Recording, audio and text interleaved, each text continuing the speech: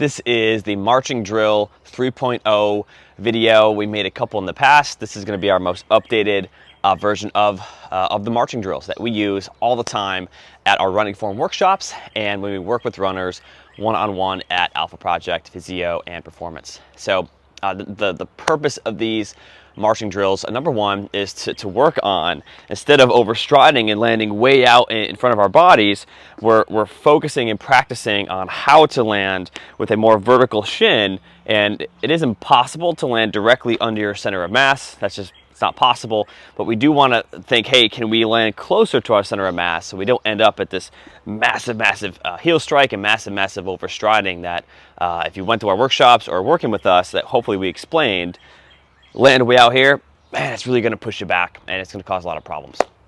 The second reason is going over these drills really helps kind of solidify and learn the heel pull of how to pull this heel up and not have a butt kick and not just have a knee drive, which if you are sprinting, knee drives are fine, but mostly for middle and for long distance running, we really want to focus on this heel pull to here, because as you can see, I automatically get my knee drive the moment my heel is pulled up. So we're gonna go over these right now. Step one, or stage one, is just a marching drill in place. So I'll show you guys facing you first. So we're here. Knees bent, you're gonna pull that heel up, hit the ground, come on back. Hit the ground, come on back, hit the ground, come on back. So I'm continually pulling back to this heel position from the side. Again, I'm trying to be directly under my butt. Have a nice soft bend in that knee on the right. I'm losing my balance here.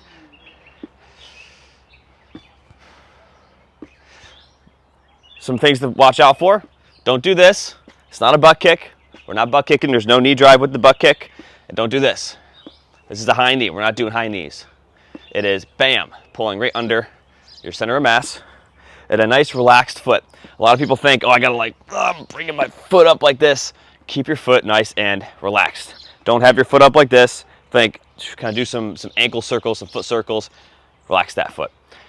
That's progression number one, doing 10 of those on each side. Again, right in place. And from the side. All right, that's number one. Stage number two, or progression number two, is we start to add a little bit of more of a weight shift and almost I call it a partial pull on the opposite side. So from the front, it looks like this. Starting position is knees bent, core is engaged, pull that up.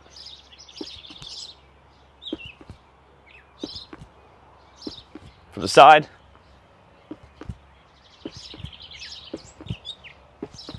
A little slower, because I like to go fast. The goal is to go fast with these, but I do understand that it can be challenging at first. Again, foot is relaxed under your butt. Make sure you can keep your balance. It's that little bit of a hop step from side to side. That's progression number two.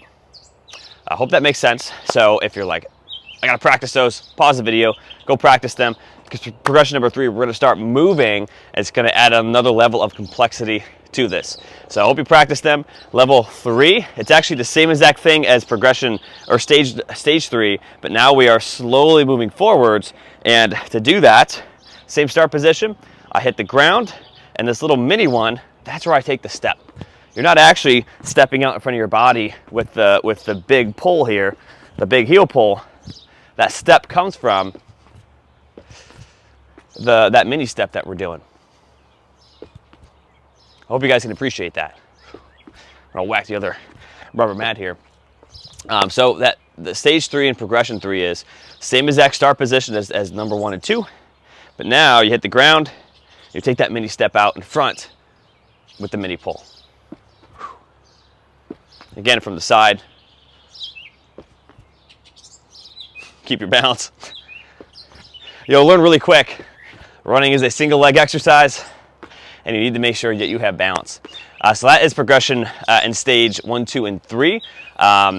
Really, stage 3 is the most important one out of those, because we're starting to move, we're starting to learn how to take steps closer to our body and landing, again, not directly underneath, but landing really, really close to underneath our body. And then with here, you can kind of, I mean, yes, I am landing under my center of mass here, but that's going to open up as we start running. And as I'll show you this next progression, which is progression 4, which is we go from jumping and hopping into our run. I'll show you exactly what that looks like. So number 1, we start jumping. Get these out of my pocket quick. We start jumping. And make sure this jump, I don't want it to be super knee bendy. You can have a little bit of knee bend. Find a cadence that works for you, a nice easy pace. Add those heel pulls in. Notice again, I'm not high kneeing, don't do this. Don't butt kick. If you got to do it in front of a mirror, feel free to. Or like if you have a door that has a window on it, you can see yourself. And then all I want you guys to do is you're going to lean forward from the ankles and you're going to take off. That is the 4th progression of how to start your runs and how to learn how to incorporate this running style into your everyday runs, running fast, running hard, running a mile, running 10 miles. This is how I want you guys to start your runs. I'll do it one more time. Again, we're here. Actually, I gotta face this way. We're here. Find that pace. Maybe it's a little bit slower. That's fine too. Start those heel pulls.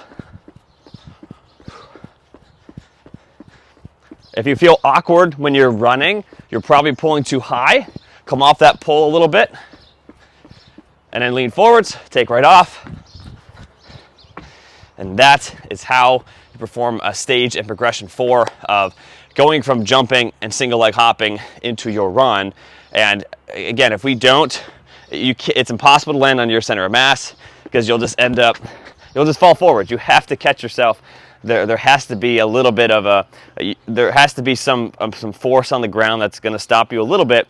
But if we are overstriding, that force is way through the roof. So the point of these, again, is making sure that you guys can learn how to minimize that braking force, but have just enough where you don't land on your face. So I hope that makes sense. If you guys have any questions, please, please email us at alphaprojectphysio.com. It's PHYZIO.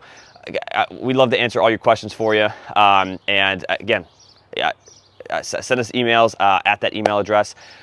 Try these. Please try these exercises. I know we went over a lot of stuff in that workshop, or if we gave these to you for a home exercise program, these are the bread and butter of learning how to improve your running form. So whether you just came to one of our workshops, you stumbled upon this video on YouTube, you're working with us one-on-one right now, spend some time practicing these. 10 minutes a day at the most of doing these. You can go from progression 1, stage 1, all the way to progression 4, stage 4. These work. We know they work. We might have some other things going on affecting running form, but these are the bread and butter of improving your running form.